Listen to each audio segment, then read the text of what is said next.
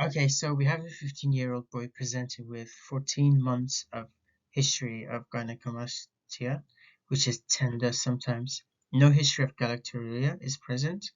He is too embarrassed to do sports in school as a result of this. He is not doing well academically either. His aunt has breast cancer and grandmother died of breast cancer. He takes no regular medications and he's got no allergies.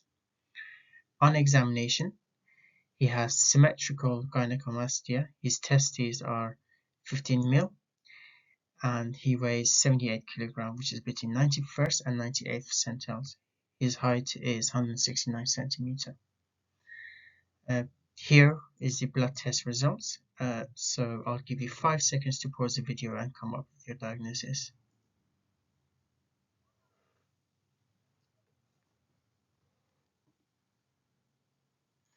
Okay, so the correct answer is A, pubertal gynecomastia.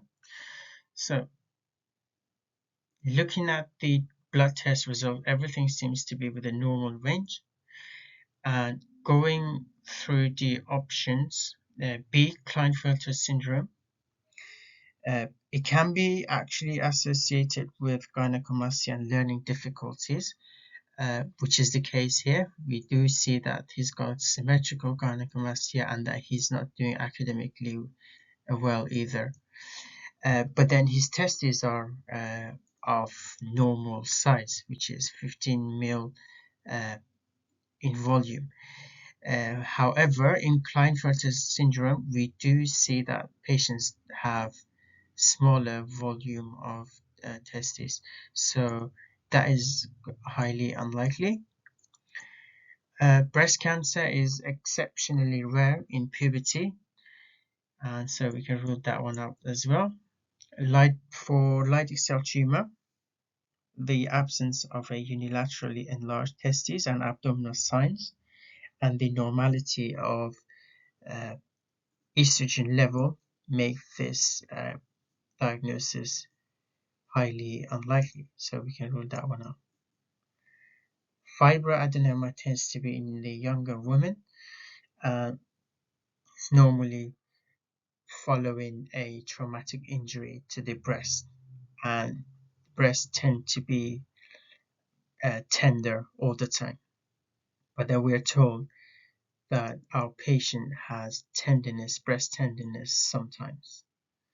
So that means we can rule fibroadenoma out easily as well. So let's learn a bit more about pubertal gynecomastia. So the clinical features include the fact that there is decreased ratio of testosterone to estrogen. That's the main key feature of pubertal gynecomastia, so always consider that. And the gynecomastia is symmetrical. That is another key feature. Okay. Now, in terms of pathology, things that can give rise to gynecomastia. So pituitary adenoma, that's one thing, and you've got breast cancer, obviously. Then liver disease, due to, because when you have your liver not working well, obviously that means there's less breakdown of estrogen peripherally, so that means your breasts are more likely to grow. We do have drugs as well, so metoclopramide, which is antiemetic, digoxin, spironolactone, which is a diuretic, marijuana, omeprazole, which is a PPI, thiazide, cimetidine, and anabolic steroids. Alcohol can also cause gynecomastia. So how do we manage these patients? So we do give them reassurance that there is nothing sinister going on. We do tell them to lose weight, because remember, more adipose tissue means more of those aromatase enzymes which make more estrogen peripherally. And if you have more estrogen, that means it's more likely for you to have your breast growing. And if the gynecomastia is severe, then we do consider a surgery, because if it's severe, then our patients can suffer from psychosocial uh, problems.